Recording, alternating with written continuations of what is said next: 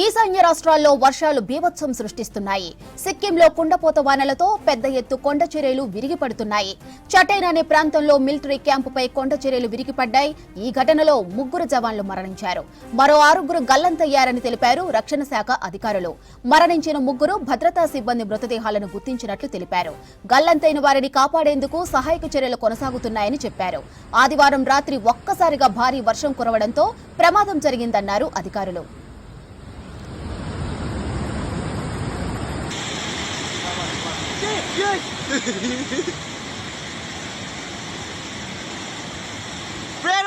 Pray, Joseph, Joseph. తీస్తా నదిలో వరద ప్రవాహం పెరగడంతో లాచెన్, లాచూక్ ప్రాంతాల్లో 1000 మందికి పైగా పర్యాటకులు చిక్కుకుపోయారు. లాంచుంగ్ లో చిక్కుకున్న పర్యాటకులను సురక్షిత ప్రాంతాలకు తరలిస్తున్నారు అధికారులు.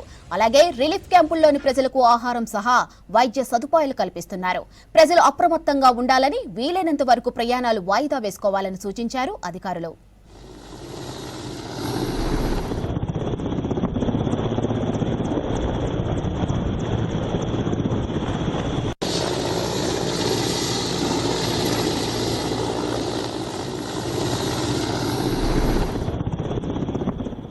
అసోంలో 7 ప్రధాన నదులు ప్రమాదకర స్థాయిలో ప్రవహిస్తున్నాయి. అసోంలో భారీ వరదలతో 20కు పైగా జిల్లాలో 4 లక్షల మందికి పైగా ప్రజలు ఇబ్బంది పడుతున్నారు. గౌహతిలో 24 గంటల్లోనే 11 సెంటీమీటర్లకు పైగా వర్షపాతం నమోదైందని తెలిపింది ఐఎండీ. గత 67 ఏళ్లలో మే నెలలో ఒక్క రోజులో నమోదైన అత్యధిక వర్షపాతంగా చెప్పింది. ఇప్పటి వరకు అసోంలో భారీ వర్షాలకు 10 మందికి పైగా మృతి చెందారు. మరోవైపు లోతట్టు ప్రాంతాల ప్రజలను సురక్షిత ప్రాంతాలకు తరలిస్తున్నారు అధికారులు.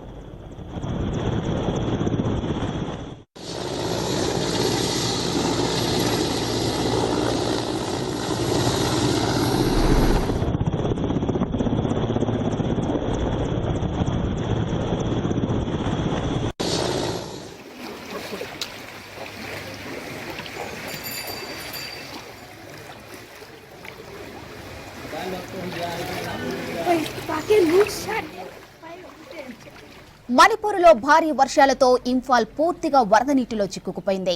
ఇంఫాల్ నది ప్రమాదకర స్థాయి దాటి ప్రవహిస్తోంది. దీంతో నది చుట్టుపక్కల ప్రాంతాలు పూర్తిగా వరదల్లో మునిగిపోయాయి.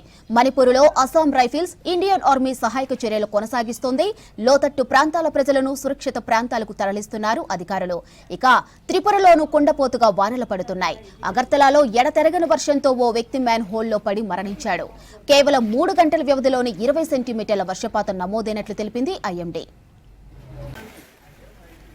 మిజోరంలో భారీ వర్షాలకు జనజీవనం స్తంభించిపోయింది.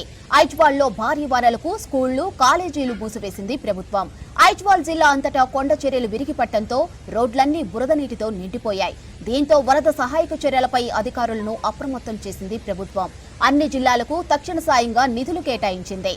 వరద బాధితులకు అన్ని వసతులు కల్పించాలని ఆదేశించారు మిజోరం సీఎం. మరోవైపు నార్త్ ఈస్ట్ రాష్ట్రాల్లో మరో 24 గంటలు భారీ నుంచి అతి భారీ వర్షాలు కురిసే అవకాశం ఉందని తెలిపింది వాతావరణ శాఖ. ఇప్పటికే భారీ వర్షాలు కురిసే ప్రాంతాలకు రెడ్ అలర్ట్ జారీ చేసింది. అసోం, మణిపూర్, అరుణాచల్ ప్రదేశ్, త్రిపుర, మిజోరం, నాగాలాండ్, మేఘాలయలో అతి భారీ వర్షాలు పడొచ్చని తెలిపింది. పశ్చిమ బెంగాల్, సిక్కిం, ఉత్తరాఖండ్లోనూ భారీ వర్షాలు పడతాయని చెప్పింది IMD.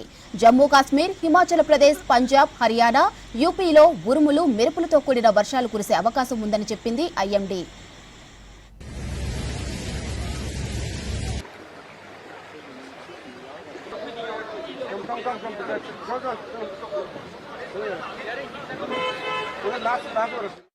In fact, it has been started day before yesterday, but situation became worse since tomorrow morning.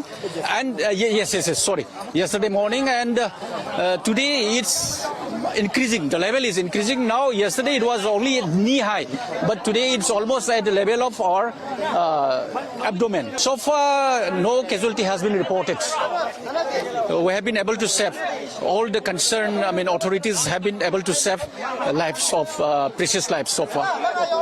I'm very grateful to the authorities of all the departments concerned, like fire services and NDRF and SDRF and all the media persons for timely intervention in these calamities that we are facing right now. Like since last 2 days till yesterday morning, it was not looking like the serious will get this serious. But late afternoon, this water started getting accumulated, and we were stuck in our hostel. We didn't have clear water. We didn't have water to drink much. There was no option of food also. So when we got up today in the morning, we were very tense and confused. What will be the further course of action? What will we be doing? So we were sitting on the terrace. There was no way to go. Our vehicles are submerged. There is, like for example, we have not taken even chai, breakfast, nothing, because no option only. So now we have been evacuated, and hereafter we'll see what we'll be doing.